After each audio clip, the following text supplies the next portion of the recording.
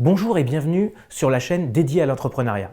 Dans notre dernière vidéo, nous avons vu comment créer une entreprise. Si vous l'avez raté, n'oubliez pas de cliquer ici, vous pourrez avoir accès au contenu. Aujourd'hui, je vais vous donner les bons conseils pour trouver le bon emplacement.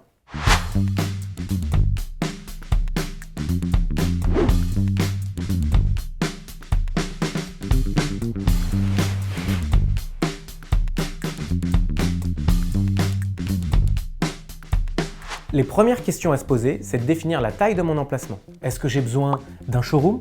Est-ce que j'ai besoin de stockage? Est-ce que j'ai besoin de bureaux?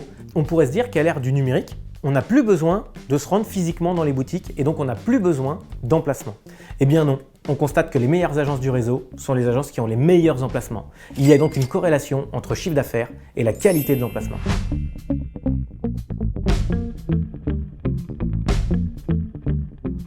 Pour trouver le bon emplacement, il y a plusieurs stratégies. La première stratégie, c'est de se mettre à côté des confrères pour pouvoir aspirer leur clientèle. Deuxième stratégie, se positionner sur un axe pénétrant sur la ville pour pouvoir capter le flux de voitures. Attention, pour cette stratégie, il faut obligatoirement un parking. Faites attention à la fausse bonne idée. La fausse bonne idée, c'est l'emplacement sur une rue piétonne. Imaginez que sur une rue piétonne, vous avez beaucoup de restaurants qui ont une clientèle entre midi et 2 et en fin de journée. Si derrière vous vous implantez, vous avez besoin d'avoir un afflux de clients régulier tout au long de la journée, ça peut être pénalisant. Une grosse analyse de ce qui est présent en termes de commerce dans la rue piétonne vous permettra de valider ou non cette solution.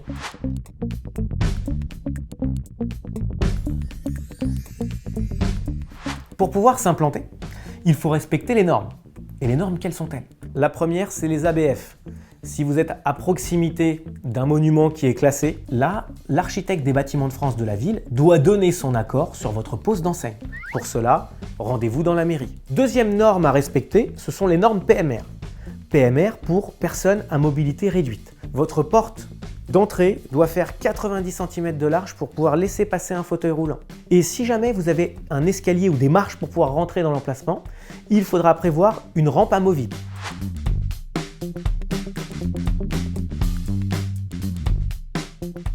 Sur une rue, il y a toujours deux côtés, un côté dit chaud et un côté dit froid. Rien à voir avec la température, c'est simplement le passage. D'un côté, il y a plus de passages que de l'autre. En Île-de-France, on constate souvent que les côtés chauds sont les côtés qui sont au soleil. Par contre, si vous êtes dans le sud de la France, c'est plutôt la rue qui est à l'ombre. Donc pour cela, observez le passage piéton et choisissez l'emplacement sur lequel il y a le plus de flux.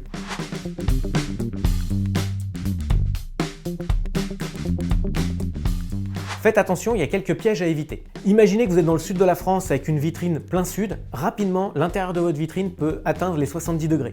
Ça veut dire que dans votre investissement, il faudrait prévoir un auvent et une clim. Deuxième piège à éviter, les emplacements livraison. Vous risquez d'avoir des camions qui viennent obscurcir votre visibilité.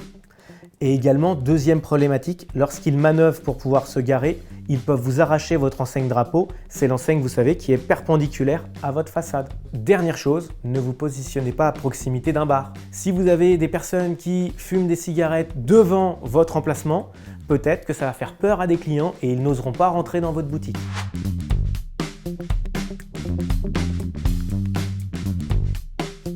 Ce que je vous conseille, c'est de vous positionner à côté d'un feu rouge. Les voitures étant stationnées auront une vision directe sur votre emplacement. Je vous conseille également de vous positionner à côté de stations de métro, tramway ou bus. Et dernier point, être à côté des lieux stratégiques de votre ville, poste, mairie, distributeurs de billets ou concurrents. Merci d'avoir suivi cette vidéo. N'oubliez pas de me poser des questions dans les commentaires et de vous abonner à la chaîne.